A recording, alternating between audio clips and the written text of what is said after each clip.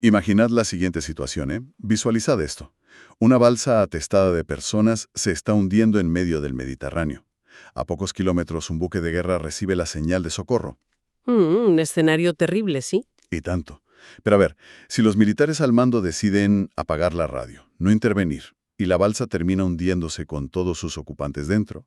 La gran pregunta es, ¿quién asume la culpa legal ahí? Exacto. O sea, se acusa de omisión de socorro al marinero que apagó la radio, al capitán del buque. O ¿es posible sentar en el banquillo a todo el Estado que es responsable de ese barco militar? Pues para quienes os enfrentáis al examen de Derecho Internacional de los Derechos Humanos, el famoso DID, esta es la pregunta que vertebra todo. Bienvenidos a esta inmersión profunda de hoy. Vamos a diseccionar los entresijos del tema 4 del temario. El ámbito de aplicación. Y a ver, el objetivo de este análisis exhaustivo no es leeros el PDF en voz alta como si fuera un audiolibro aburrido, ¿sabes? Claro, no, para eso ya tenéis los apuntes. Eso es. Queremos entender la compleja maquinaria lógica que usan los tribunales para decidir quién paga los platos rotos a nivel internacional, porque tiene tela. Tiene telitas, sí. Y a ver, el mayor tropiezo al estudiar este tema, lo que veo siempre, es intentar encajar la lógica del derecho interno, como el constitucional o el penal español, en el molde del derecho internacional. Totalmente. Porque en España buscas al culpable directo, ¿no? El tema busca aislar la pieza defectuosa. Si un juez dicta una resolución inconstitucional o un mando policial se excede, pues el ciudadano presenta un recurso contra esa autoridad concreta. La culpa se individualiza. Claro, pero el derecho internacional de los derechos humanos opera con una lógica, digamos, monolítica. Si ocurre una violación de derechos, el TED no condena a un ministro ni a un policía de fronteras. Declara que el Estado en su conjunto es el responsable. Toda la estructura gubernamental debe responder. Pero fíjate, revisando los materiales de estudio para preparar el análisis, me llama la atención una anomalía importante respecto a quién se le puede exigir esto. A ver, cuéntame. Pues que los tratados internacionales están diseñados intrínsecamente para estados soberanos, ¿no? Con su territorio, su población. Ajá, esa es la regla general. Pero la Convención sobre los Derechos de las Personas con Discapacidad incluye a la Unión Europea. O sea, ¿cómo encaja una organización supranacional que no es un país en un tratado de este tipo? Bueno, esa excepción es clave y típico material de examen. Responde a una necesidad puramente práctica, para evitar vacíos de poder. ¿Vacíos de poder de qué tipo? Pues mira, la Convención previó una cláusula abierta a la ratificación de, y cito, organizaciones regionales de integración. La Unión Europea tiene competencias exclusivas transferidas por sus Estados miembros, por ejemplo, para dictar normativas de transporte o de accesibilidad. Claro, normativas que afectan a millones de ciudadanos europeos. Exactamente. Si el tratado solo obligara a los países individuales, la Unión Europea podría legislar ignorando los derechos de las personas con discapacidad sin que ningún organismo internacional pudiera sancionarlo. Ya veo. Se lavarían las manos. Eso es. Al ser parte del tratado, el Comité de la ONU puede fiscalizar directamente los reglamentos y directivas que salen de Bruselas. Pues resulta una arquitectura legal muy inteligente, la verdad. Vale, ya sabemos que el Estado, o la UE, en ese caso excepcional, es el que tiene que cumplir las normas. Pero pasemos al otro lado del estrado. A los titulares de los derechos, ¿verdad? Sí. ¿A quién está legitimado para exigir esa protección? Porque hoy en día hay un debate jurídico fascinante sobre esto. A nivel interno en España vemos la ley que otorga personalidad jurídica al ecosistema del Mar Menor, o en otros países ríos que tienen representantes legales. Sí, pero cuidado con esto para el examen, ¿eh? El derecho internacional no entra por el aro. Para nada. El derecho internacional actual sigue siendo estrictamente antropocéntrico.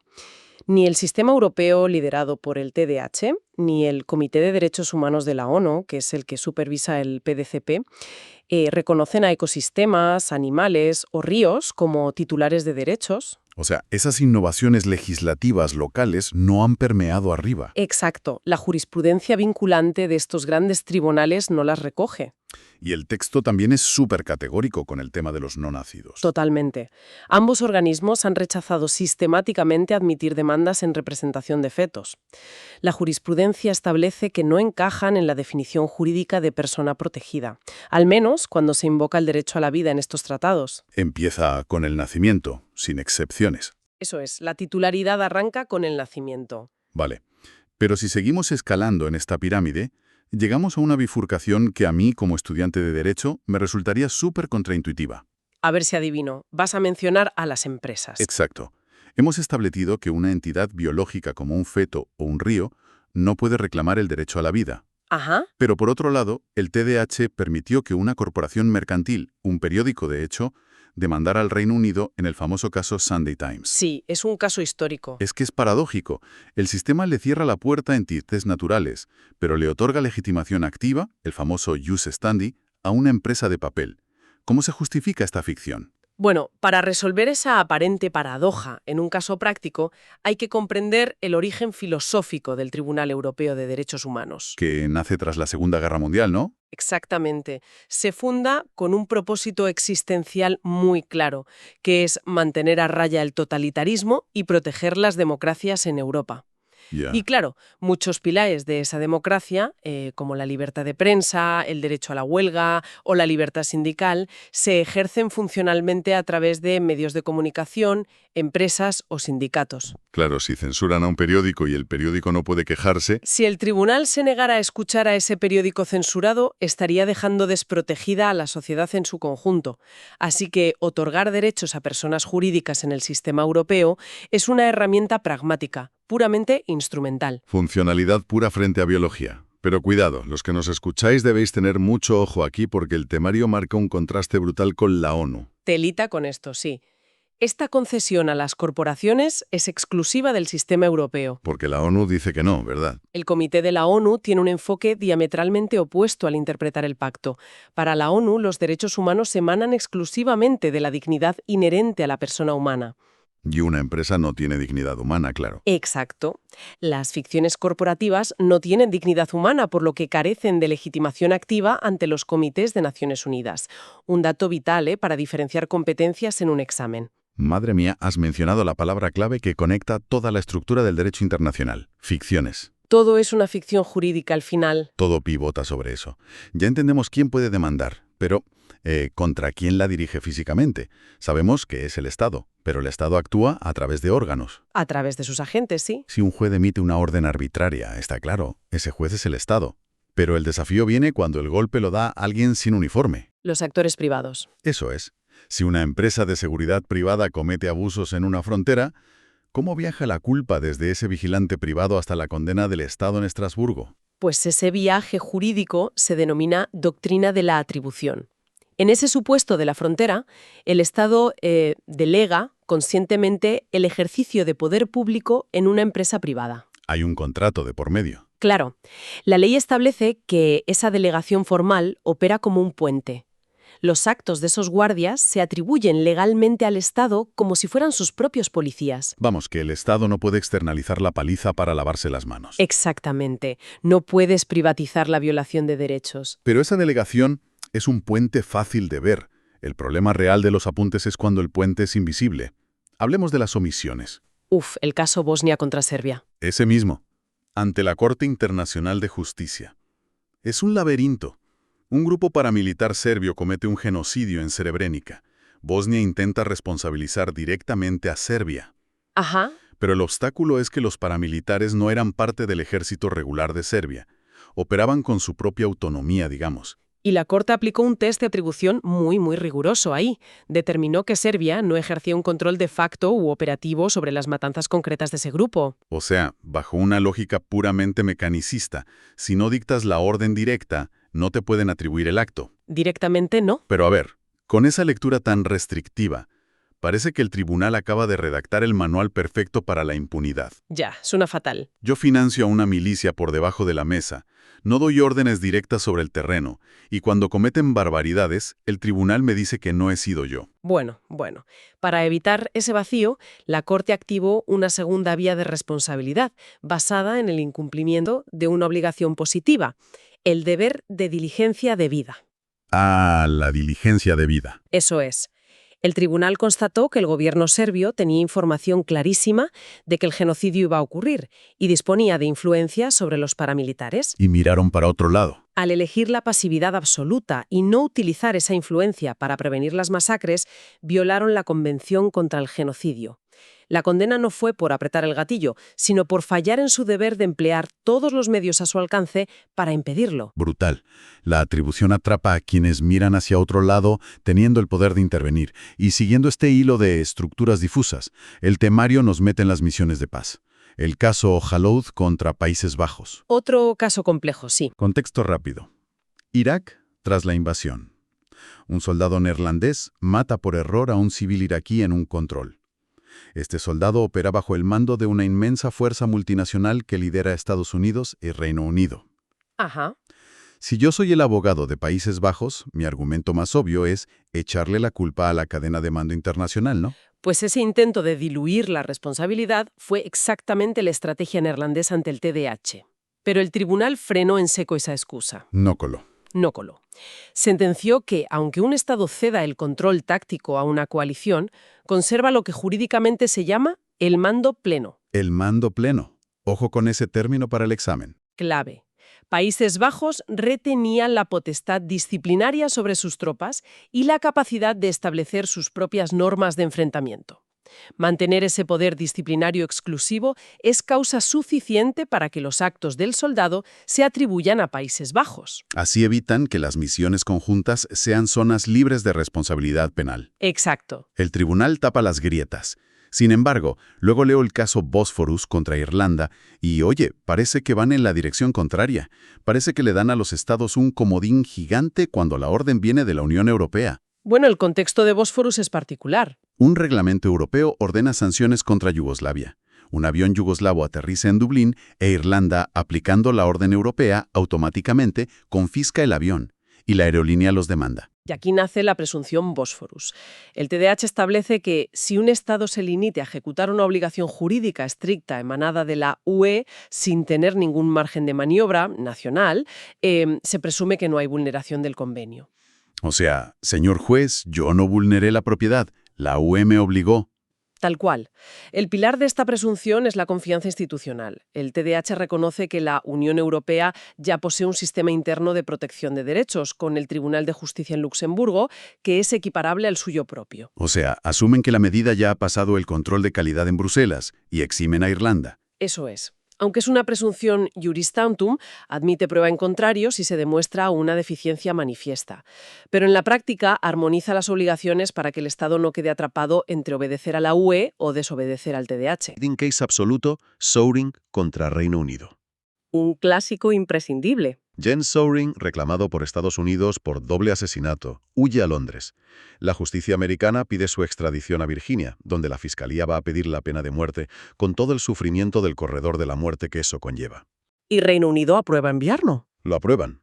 Y a ver, la defensa británica aquí tira de territorialidad pura. Dicen, oiga, nosotros no aplicamos la pena de muerte, ni administramos las prisiones de Virginia. Lo que le pase allí, a miles de kilómetros, no es culpa nuestra. Pero el TED demolió esa barrera formalista, consagrando el principio de no devolución o non-refoulement. Es que este caso es realmente interesante. El tribunal conecta la firma de un papel en Londres con la cámara de gas en Virginia. La lógica se basa en la previsibilidad. Es como, a ver, si estás de acuerdo con esta analogía. Dispara. Es como si le prestas tu coche a un amigo sabiendo que está completamente ebrio. Buena analogía. Tú no te pones al volante, tú no atropellas a nadie, pero eres responsable por haberle entregado las llaves, porque el desastre era predecible de manera inexcusable. Es una analogía perfecta. Reino Unido estaba entregando a una persona a una maquinaria penitenciaria que iba a someterlo a tortura psicológica, y sabían perfectamente cuál era el destino final. La simple orden administrativa de extradición ya viola el tratado. Exacto. El riesgo real y previsible transforma el acto de expulsión en una vulneración directa de Reino Unido, independientemente de dónde ocurre el daño físico. Y hablar de dónde ocurre el daño nos lanza a la última gran frontera del tema 4, la jurisdicción extraterritorial. El espacio físico. El rompecabezas definitivo para los estudiantes. Sí, sí. La regla básica es que el pacto rige dentro del país. Pero, ¿qué mecanismos fuerzan a un Estado a llevarse sus obligaciones de derechos humanos en la maleta cuando actúa fuera? Para entender esto y plasmarlo bien en la prueba escrita, es imperativo que separéis la perspectiva restrictiva del TDAH europeo de la visión expansiva del Comité de la OMO. Son como la noche y el día. Totalmente. El sistema europeo está diseñado con terror a convertirse en la policía de los derechos humanos del mundo entero, así que limita la jurisdicción extraterritorial a dos supuestos muy excepcionales. El primero es ejercer control efectivo sobre un área fuera de tu territorio. Eso es, típicamente tras invasiones o conflictos armados. La jurisprudencia marca casos como Loisido contra Turquía por el norte de Chipre o Al-Eskenaini relativo a la presencia británica en Basora, Irak. O sea, si tu ejército domina las calles y suple a la policía local en un país extranjero, ¿asumes la responsabilidad legal de lo que ocurra ahí? Lógico. Y el segundo supuesto que admite el TED es la autoridad y control sobre una persona. Y aquí la palabra clave en mayúsculas es físico. Control físico. El Tribunal Europeo exige de manera casi inquebrantable que los agentes del Estado retengan un control físico, material y directo sobre el individuo afectado. Y este requisito del control físico nos da el contraste analítico más importante del episodio, o sea, de la sesión de hoy. Vamos a cruzar dos escenarios del temario, un barco militar y una embajada. Empezamos por el mar. Caso Hirsi-Yama contra Italia. En este caso, la Marina italiana intercepta en aguas internacionales a un grupo de migrantes. Los suben a bordo del barco militar y los devuelven sumariamente a Libia, exponiéndolos a tratos inhumanos. Y Italia dice que en alta mar no hay jurisdicción. Claro, pero el TED falla en su contra, argumentando que desde el instante en que los migrantes pisan la cubierta del buque de guerra italiano, quedan sometidos al control físico exclusivo, de jure y de facto, de Italia. Subirlos al barco crea el cerco físico. Exacto, y se condenó a Italia. Vale. Ahora pongamos a prueba ese mismo requisito frente a las puertas de una embajada. Caso MN contra Bélgica. Porque hay mucha confusión entre quienes estudian derecho al pensar que las embajadas son suelo soberano de su país. Jurídicamente eso es un mito total. Las embajadas gozan de inviolabilidad diplomática bajo el Tratado de Viena, pero el territorio sigue perteneciendo al Estado receptor. La embajada belga en el Líbano es territorio libanés. Vale. Y sabiendo esto, una familia siria entra en la embajada belga en Beirut y pide un visado humanitario para escapar de la guerra. Los diplomáticos tramitan la petición, se la deniegan y la familia se marcha por su propio pie para demandar a Bélgica ante Estrasburgo. Y aquí, ¿cómo justificó el tribunal que unos diplomáticos, tomando una decisión sobre una familia sentada en su propia sala de espera, no generaran jurisdicción? Pues dictaminó a favor de Bélgica precisamente por la ausencia de control físico. La familia no fue detenida por el personal consular. Sus movimientos no estaban restringidos.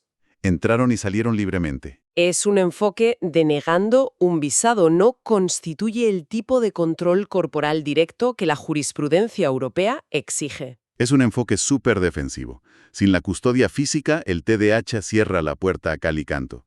Pero, y aquí viene el giro, el Comité de Derechos Humanos de la ONU, con el PIDCP, rompe con este requisito. Sí, mediante una doctrina sustancialmente más garantista. El Comité de la ONU tiene una naturaleza universal. Su prioridad no es proteger las fronteras europeas, sino asegurar que ninguna potencia use ficciones espaciales para evadir su responsabilidad. O sea, no exigen que te toquen físicamente. No. Exigen que la decisión del Estado desencadene un efecto directo y razonablemente previsible sobre el disfrute de los derechos de la víctima. El efecto directo. Y esta doctrina cristaliza en el contraejemplo perfecto al caso del barco, el caso AS contra Italia. Volvemos al Mediterráneo. Pero la actuación de las autoridades cambia. Aquí una embarcación precaria lanza señales de socorro porque se hunde. Un buque de la Armada italiana capta el aviso muy cerca. Pero, a diferencia del otro caso, deciden no intervenir inmediatamente. Retrasan el rescate, deliberadamente.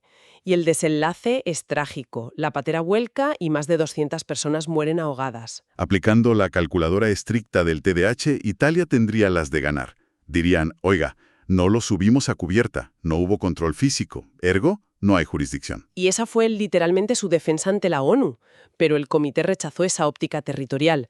Concluyeron que Italia era la autoridad con mayor capacidad logística para evitar la tragedia. Tenían el poder de salvarlos. La omisión de intervenir, esa decisión de no socorrer, tuvo un impacto directo, inmediato y letal. La relación de causalidad sustituyó al requisito espacial de control físico. O sea, para los que nos escucháis, es esclarecedor entender esto como fichas de dominó.